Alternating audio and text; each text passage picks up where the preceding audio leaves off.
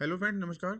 शेष क्लासेस में आपको स्वागत। दोस्तों, चैनल पर पहली बार विजिट करें तो चैनल को सब्सक्राइब करने के साथ साथ बेल आइकन को प्रेस करना ना भूलें। दोस्तों, पर्यावरण अध्ययन यानी ईवीएस का ये 10वां प्रीवियस ईयर क्वेश्चन है दोस्तों, जो आपका प्राइमरी सेक्शन से है। और ये आपको दोस्तों मोस्ट इंपॉर्टेंट एनसीईआरटी की बेस्ट क्वेश्चन है, जो आपके सीटेट 2022-23 के लिए बहुत ही ज़्यादा इंपॉर्टेंट होने वाला है, क्योंकि दोस्तों मैक्सिमम क्वेश्चन आपके प्रीवियस ईयर क्वेश्चन जो है मैक्सिमम आपके रिपीट होते रहते हैं। ठीक है, तो दोस्तों ज़्यादा देर नहीं करते हुए सीधे चलते हम लोग क्वेश्चन की ओर। दोस्तों, वीडियो अच्छा लगेगा तो वीडियो को लाइक करिएगा और अपने दोस्तों में शेयर भी करिएगा। ठीक है, पहला क्वेश्चन देखिए क्या कह रहा है। दुर्गा एक गांव में रहती है और लकड़ी या गोबर के उपले का ईंधन इस्तेमाल करते हुए चूल्हे पर खाना पकाती है। पिछले 3 महीनों से उसे तेज खांसी आ रही है। इसका कारण हो सकता है ए, उसकी झोपड़ी के अंदर और बाहर प्रदूषण तथा वृद्धावस्था। बी, ईंधन के जलने से उत्पादित कार्बन मोनोऑक्साइड या उसके श्वसन नली में जमा हो गई है। सी, जलते हुए ईंधन से उत्पादित काला धुआं जो उसके श्वसन नली में जमा हो गया होगा। डी, जलते हुए ईंधन के धुएं से उसे एलर्जी हो गई होगी। बताना उसका राइट आंसर कौन सा होगा। तो दोस्तों, इस क्वेश्चन के लिए आपका सी ऑप्शन बिल्कुल राइट होगा। ठीक है, जलते हुए ईंधन से उत्पादित काला धुआं जो उसके श्वसन नली में जमा हो गया होगा, इसी वजह से उसको खांसी आ रही है। ठीक है, तो सी ऑप्शन आपका इस क्वेश्चन के बिल्कुल राइट ऑप्शन होगा। चलते हैं अगले क्वेश्चन की ओर। दूसरा क्वेश्चन देखिए क्या कर रहा है। मीरा और दिव्या छोटी लड़कियां हैं। मीरा समोसे, कटलेट और डबल रोटी खाना पसंद करती हैं, जबकि दिव्या ऐसा भोजन पसंद करती हैं जिसमें लौह तत्व की कमी है। मीरा और दिव्या को निम्नलिखित बीमारियों में से कौन सी बीमारी होगी। ए, स्कर्वी और एनीमिया। बी, एनीमिया और तौंधी। सी, मोटापा और एनीमिया। डी, मोटापा और स्कर्वी।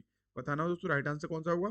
तो दोस्तों, इस क्वेश्चन के लिए आपका सी ऑप्शन बिल्कुल राइट होगा। ठीक है, मोटापा और एनीमिया से क्रमशः मीरा और दिव्या जो है ये दोनों बीमारियों से क्रमशः ग्रसित हो सकती है। ठीक है, तो सी ऑप्शन आपका इस क्वेश्चन के बिल्कुल राइट ऑप्शन होगा। ठीक है, चलते हैं अगले क्वेश्चन की ओर। तीसरा क्वेश्चन देखिए क्या कह रहा है। नींबू साधारण पानी में डूब जाता है लेकिन नमकीन पानी में तैरता रहता है, क्योंकि ए, नींबू का घनत्व नमकीन पानी में कम हो जाता है। बी, नमकीन पानी का घनत्व साधारण पानी के घनत्व से अधिक होता है। सी, साधारण पानी का घनत्व नमकीन पानी के घनत्व से अधिक होता है। या डी, नींबू का घनत्व नमकीन पानी से अधिक हो जाता है। बताना उसका राइट आंसर कौन सा होगा। तो दोस्तों, इस क्वेश्चन के लिए आपका बी ऑप्शन बिल्कुल राइट होगा। ठीक है, नींबू साधारण पानी में डूब जाता है लेकिन नमकीन पानी में तैरता रहता है, क्योंकि नमकीन पानी का घनत्व साधारण पानी के घनत्व से अधिक होता है। ठीक है, इस हिसाब से बी ऑप्शन आपका इस क्वेश्चन के लिए बिल्कुल राइट ऑप्शन होगा। ठीक है, चलते हैं अगले क्वेश्चन की ओर। चौथा क्वेश्चन देखिए क्या कर रहा है। पके हुए चावल रेफ्रिजरेटर में अपेक्षाकृत लंबे समय तक परिरक्षित किए जा सकते हैं, क्योंकि ए, रेफ्रिजरेटर में कुछ ऐसे रसायन होते हैं जो रोगाणुओं को नष्ट कर देते हैं। बी, कम तापमान पर रोगाणु निष्क्रिय हो जाते हैं। सी, रोगाणु कम तापमान पर नष्ट हो जाते हैं। डी, कम तापमान पर भोजन का नमी तत्व घट जाता है। बताना उसका राइट आंसर कौन सा होगा। तो दोस्तों, इस क्वेश्चन के लिए आपका बी ऑप्शन बिल्कुल राइट होगा। ठीक है, पके हुए चावल रेफ्रिजरेटर में अपेक्षाकृत लंबे समय तक परिरक्षित किए जा सकते हैं, क्योंकि कम तापमान पर रोगाणु निष्क्रिय हो जाते हैं। ठीक है, इस हिसाब से बी ऑप्शन आपका इस क्वेश्चन के लिए बिल्कुल राइट ऑप्शन होगा। चलते हैं अगले क्वेश्चन की ओर। पांचवा क्वेश्चन देखिए क्या कर रहा है। रक्त की जांच द्वारा किसकी उपस्थिति में मलेरिया की पहचान होती है। ए, लाल रक्त कोशिकाओं में मलेरिया यानी परजीवी प्लाज्मोडियम। बी, रक्त में क्षतिग्रस्त यकृत कोशिकाएं। सी, रक्त में मच्छर के लार्वे। या डी, लाल रक्त कोशिकाओं में मच्छर के अंडे। बताना दोस्तों राइट आंसर कौन सा होगा। तो दोस्तों, इस क्वेश्चन के लिए आपका ए ऑप्शन बिल्कुल राइट होगा। ठीक है, लाल रक्त कोशिकाओं में मलेरिया परजीवी प्लाज्मोडियम। ठीक है, ए ऑप्शन आपका इस क्वेश्चन के बिल्कुल राइट ऑप्शन होगा। चलते हैं अगले क्वेश्चन की ओर। छठा क्वेश्चन देखिए। किसके नेतृत्व में चिपको आंदोलन को बल मिला। ए, सुंदरलाल बहुगुणा। बी, अमृता देवी बिश्नोई। सी, मेधा पाटकर। डी, ए के बनर्जी। बताना दोस्तों राइट आंसर कौन सा होगा। तो दोस्तों, इस क्वेश्चन के लिए आपका ए ऑप्शन बिल्कुल राइट होगा। ठीक है, दोस्तों, चिपको आंदोलन एक पर्यावरण रक्षा का आंदोलन है।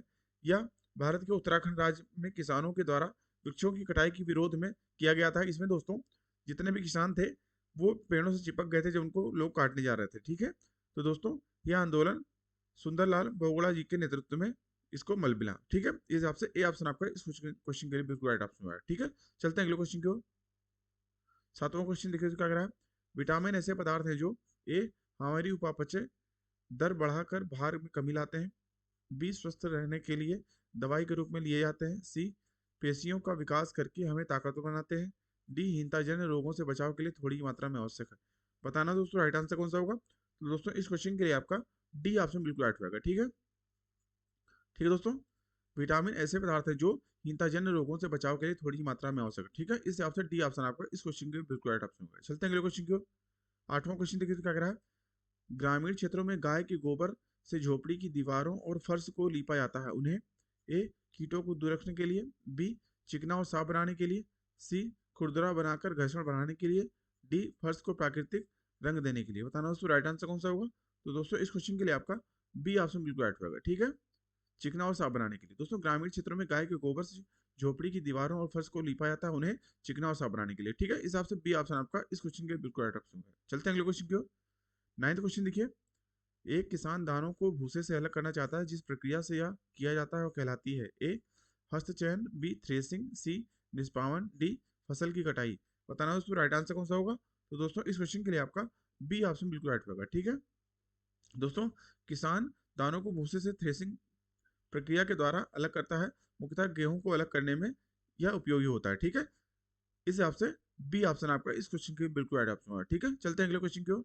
10th क्वेश्चन देखिए, मानचित्र पढ़ने के लिए आवश्यक कौशल में शामिल है। ए स्थान, दूरी और दिशाओं के सापेक्ष स्थिति को समझने की योग्यता, बी ड्राइंग और पेंटिंग में विलक्षण कुशलता, सी ग्लोब पर स्थित दर्शाने के लिए स्केच और गणनाओं का उपयोग करने की योग्यता, डी अभिव्यक्तात्मक योग्यताओं की बाहर निकालने के लिए विलक्षण संप्रेषण कौशल।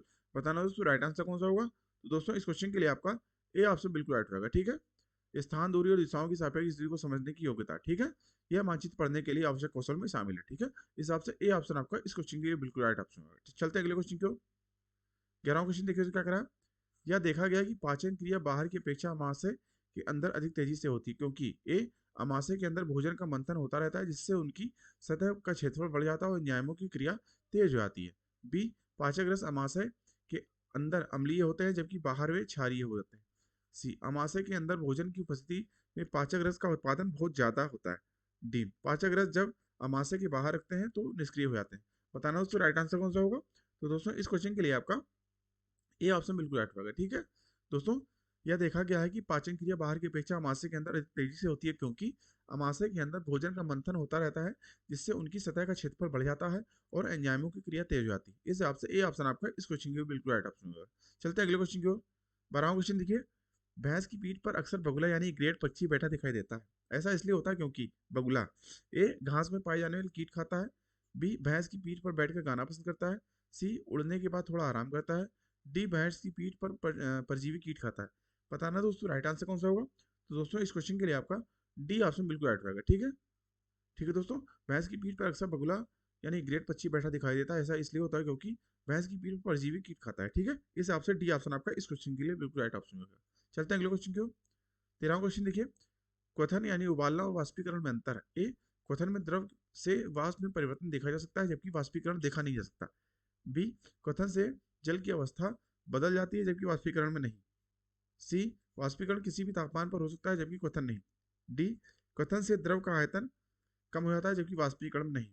बताना दोस्तों राइट आंसर कौन सा होगा। तो दोस्तों इस क्वेश्चन के लिए आपका सी ऑप्शन बिल्कुल राइट होगा। ठीक है दोस्तों, क्वथन यानी उबालना और वाष्पीकरण में अंतर है। वाष्पीकरण किसी भी तापमान पर हो सकता है, जबकि क्वथन नहीं। ठीक है, इस हिसाब से सी ऑप्शन आपका इस क्वेश्चन के लिए बिल्कुल राइट ऑप्शन होगा। चलते हैं अगले क्वेश्चन की ओर। 14वां क्वेश्चन देखिए, एक पुरुष जिसका रक्त समूह ओ है, एक ए रक्त समूह वाली स्त्री से शादी करता है, उसके पहले बच्चे के रक्त समूह ओ होने की संभावना है। ए 75%, बी 50%, सी 100%, डी 25%। बताना दोस्तों राइट आंसर कौन सा होगा। तो दोस्तों इस क्वेश्चन के लिए आपका बी ऑप्शन बिल्कुल राइट होगा। ठीक है, 50%। दोस्तों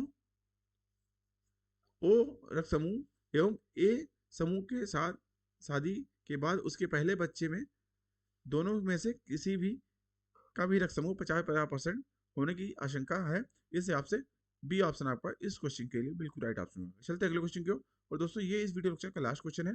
टूटता तारा यानी उल्का है। ए एक समान गति से चलने वाला तारा, बी एक चमकता पिंड जो वायुमंडल में एक समान गति से चलता है, सी एक तारा जिसके एक सिरे पर पूंछ होती है, डी उल्काभ जो पृथ्वी की वायुमंडल में प्रवेश करते ही आग पकड़ लेता है। बताना दोस्तों राइट आंसर कौन सा होगा। तो दोस्तों इस क्वेश्चन के लिए आपका डी ऑप्शन बिल्कुल राइट होगा। ठीक है, टूटता हुआ तारा उल्का एक उल्काब है जो पृथ्वी के वायुमंडल में प्रवेश करते ही उसमें आग पकड़ लेता है। ऐसा इसलिए होता है दोस्तों क्योंकि टूटता हुआ तारा एक पिंड है जो बहुत तेज गति से वायुमंडल में प्रवेश करता है और वायु में घर्षण बल लगने के कारण उसमें आग लग जाती है। ठीक है, इसलिए डी ऑप्शन आपका इस क्वेश्चन के लिए बिल्कुल राइट ऑप्शन है। ठीक है दोस्तों, तो दोस्तों अभी के लिए इतना ही। आशा करता हूँ आपको वीडियो अच्छा लगा होगा। दोस्तों वीडियो अच्छा लगा तो वीडियो को लाइक करिए, एवं आपने अगर अभी तक हमारे चैनल को सब्सक्राइब नहीं किया है तो प्लीज़ सब्सक्राइब करिए हमारे चैनल को, एवं बेल आइकन भी ऑन कर लीजिए, जिससे हमारे चैनल पर आने वाले सभी प्रकार के वीडियोज़ की नोटिफिकेशन आपको टाइमली मिलते रहे। दोस्तों इस वीडियो को आप कम से कम अपने 4 दोस्तों के साथ शेयर करिए, जिससे ज़्यादा से ज़्यादा लोगों को इसका लाभ मिल सके। ठीक है? तो दोस्तों, अभी के लिए इतना है। मिलते हैं नेक्स्ट वीडियो वीडियो लेक्चर में। तब तक के लिए थैंक यू। जय हिंद।